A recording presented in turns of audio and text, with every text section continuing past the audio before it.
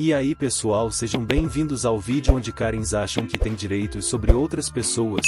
Caso você tenha uma história interessante, escreva nos comentários que ela poderá aparecer no próximo vídeo. Meu namoro de 5 anos acabou. De uns tempos pra cá minha namorada, agora ex, estava estranha, fria e um pouco distante. Ela nunca teve muitos colegas, amigos, e os únicos colegas que ela tinha desprezavam ela de certa forma. Porém, eu comecei a notar que sempre que ela se dava bem com eles ela começava a me tratar diferente. Sempre que isso acontecia eu acabava perguntando o motivo dela estar estranha comigo. A gente conversava e se resolvia, mas sempre voltava a acontecer. Talvez isso seja coisa da minha cabeça, eu simplesmente não sei, mas quando ela tinha dias legais com outras pessoas ela se fechava comigo. E vale ressaltar que muitas vezes ela só demonstrava gostar realmente de mim quando estava triste. Eu só queria me sentir acolhido e bem com ela, então sempre que eu via que ela estava estranha eu acabava perguntando. Muitas vezes ela ficava incomodada. Os dias foram passando e tudo foi ficando meio chato. Muitas vezes ela me tratava com indiferença, seca. Ontem eu estava totalmente paranoico, eu estava muito mal, achei que eu tinha feito algo de ruim com ela por conta desse jeito chato dela me tratar. Eu não queria terminar o namoro, eu amo demais ela, e eu só queria receber uma mensagem de alívio dela, de acolhimento. Bom, eu não recebi, ela foi seca e disse que estava tudo bem, eu acabei terminando, mas ela pediu pra gente conversar depois e tudo foi um saco. Ela disse que seria melhor assim, eu tentei conversar e fazer ela entender meu lado mas, ela não entendeu. Ela começou a me desprezar, me tratou muito mal, eu nunca vi ela assim. Ela foi diagnosticada com depressão e eu sempre fui o apoio dela, eu sempre estava lá com ela, eu sempre fiz ela se sentir amada e acolhida por mim.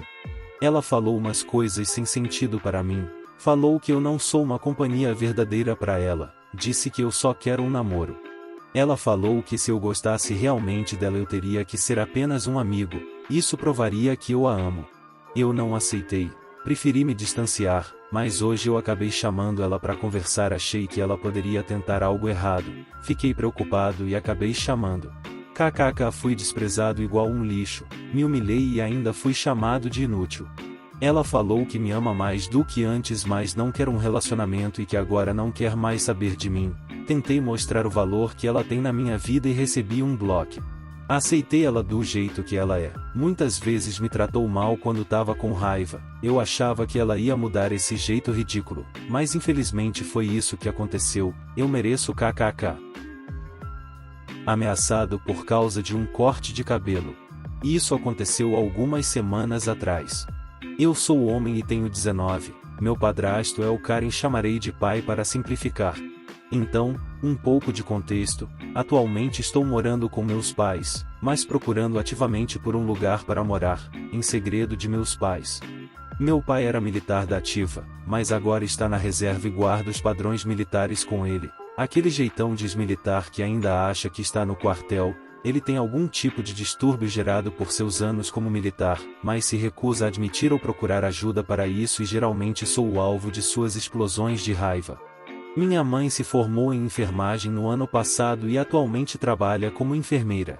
Ela e meu pai estão casados há 11 anos e tiveram minha irmã mais nova que tem 8 anos de idade, e devido ao relacionamento dele com os filhos anteriores não dar certo, ele tem uma hiperfixação em mantê-la feliz, mas sempre foi um pouco diferente para mim. Para mim é só porrada, mas isso é uma história para outra hora. Vamos ver o que aconteceu.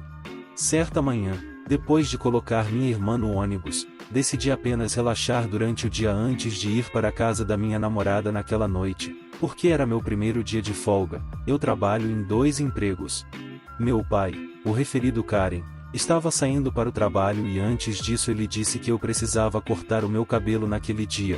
Eu disse a ele que não posso pagar por um corte de cabelo. Eu acabei de cortar 2 semanas antes, então meu cabelo ainda estava curto.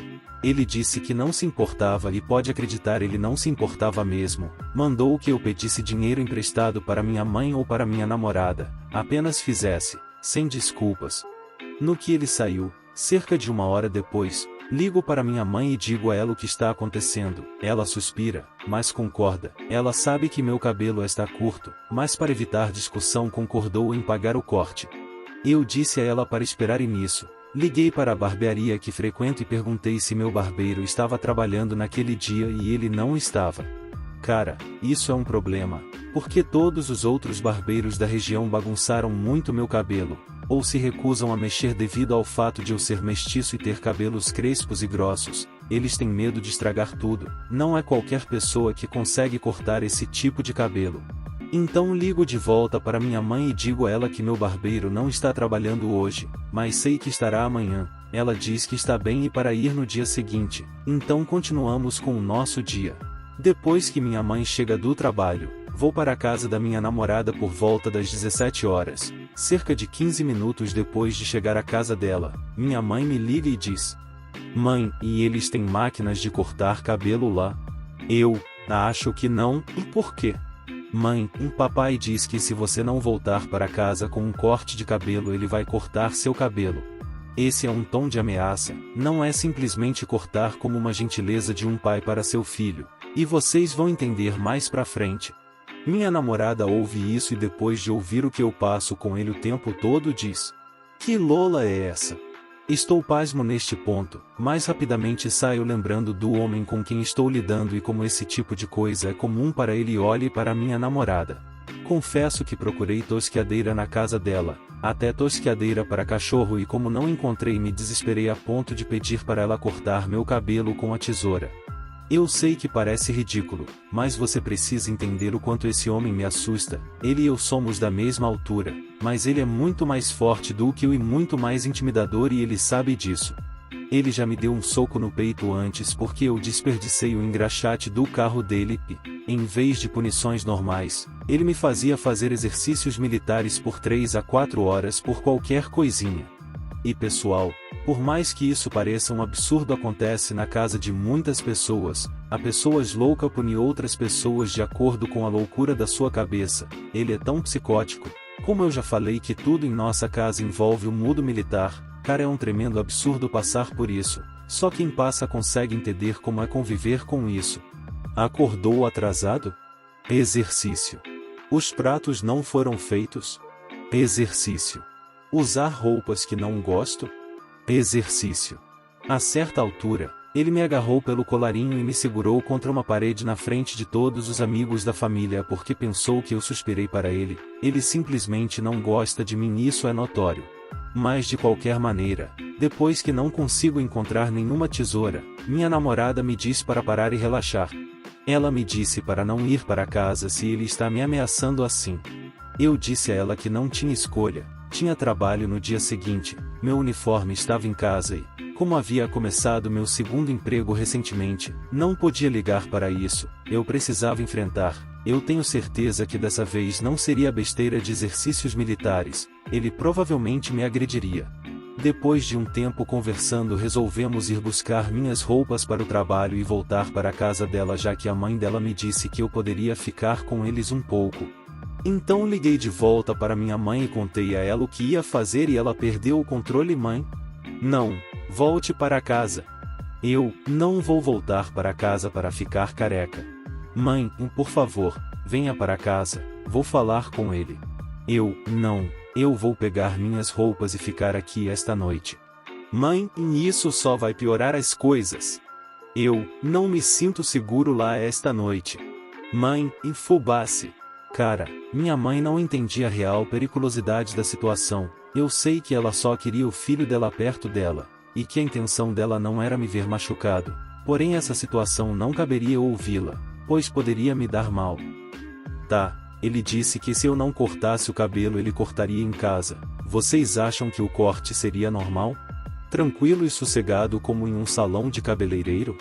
Acho que já deu para entender um pouco da situação. Entro no meu carro e digo à minha namorada para me seguir no dela. Neste ponto, são cerca de 19 horas e 45. Quando começamos a dirigir, minha mãe me liga de volta. Mãe, por favor, volte para casa. Falei com ele e ele prometeu manter a civilidade. Eu falo que vou pegar minhas roupas e sair, e que minha namorada vem comigo. Mãe, não leve ela. Mantenha-a longe da minha casa ou eu vou ligar para o 911. Ela está aqui para me deixar seguro. Mãe, se você acha que vai sair naquele carro, está errado. Esse não é o seu carro, é o carro que nós deixamos você usar. Ok, minha namorada está no carro dela, então vamos levar o dela de volta para a casa dela. Minha mãe começou a falar sobre como isso vai fazer com que ela tenha um derrame. Se eu não voltar para casa, ela vai chamar uma ambulância para si mesma, e que eu estou colocando-a em uma posição muito ruim. Infelizmente, eu finalmente cedo e digo a ela que estou voltando para casa e desligo. Por mais que ela tenha sido dura nas palavras, ela é minha mãe. Tenho certeza que metade das coisas que ela disse não veio do coração. Ela sempre me defende e sei que posso contar com ela para tudo, mas eu apenas queria que ela entendesse dessa vez. Eu então ligo para minha namorada que está dirigindo atrás de mim o tempo todo e conto a ela o negócio. Ela me diz que não, mas eu conto a ela o que minha mãe disse sobre ter um derrame e, como ela já teve antes, é muito provável. Ela não gosta da ideia, mas eu digo a ela para esperar na frente do meu bairro por pelo menos 1 hora. Se ela sentir vontade de sair depois disso, ela poderia ir embora, mas se eu não ligar para ela em 1 hora para dizer que estou bem para chamar a polícia. Ela concorda e foi o que fizemos. Entro em casa e minha mãe me abraça enquanto chora. Minha irmã ainda está confusa sobre o que está acontecendo, mas depois dessa cena vamos ao meu banheiro, e ela ajeita um pouco minha barba, a única coisa que realmente precisava ser feita, e cerca de 1 hora depois meu pai chega em casa. As coisas não permaneceram civilizadas como ela disse. Ele começou a gritar e lhe disse que eu nunca escutei o que ele fala e o desrespeito, o trato como um marginal qualquer. Em seguida me ameaçou dizendo que eu e ele poderíamos sair e brigar agora e diz que não tem medo da prisão porque já cumpriu antes. Diz que derramou 10 anos de sua vida em mim e que agora ele vai tirar alguma coisa disso, seja eu conseguindo um bom emprego e me sustentando, ou ele chutando minha bunda. Ele reitera o fato de que ele não é meu pai e nunca será. Ele não me deixa chamá-lo de pai. Ele me faz chamá-lo de Bob. Essa foi a primeira conversa que tivemos e foi quando eu tinha 8 anos. Ele me disse que há apenas um homem nesta casa e é ele. Então, se eu quiser agir como um homem, eu tenho que sair para o mundo real e agir como um enquanto eu estiver na casa dele. Devo fazer tudo o que ele disser, porque mesmo que ele me mande fazer algo, ele não está realmente me mandando, ele está me dizendo para fazer de uma maneira mais gentil. Enquanto isso está acontecendo, minha mãe não intervém nem diz nada. Ele então me diz para minha própria segurança para nunca mais gritar com sua esposa, que no caso é a minha mãe. Eu desço para o meu quarto depois de tudo isso e ligo para minha namorada para avisá-la que estou bem. Para referência, ele começou a gritar comigo às 9h20 e eu liguei para ela às 11h30. Eu estava lá recebendo gritos por mais de 2 horas. Algumas semanas depois eu ainda estou em casa, eu estou procurando um lugar para morar, mas estou preso aqui por, pelo menos, mais alguns meses. Essa é minha história e ainda está em curso. Eu trarei mais atualizações em breve. Espero que você tenha gostado. Compartilhe, se inscreva no canal para não perder os próximos vídeos.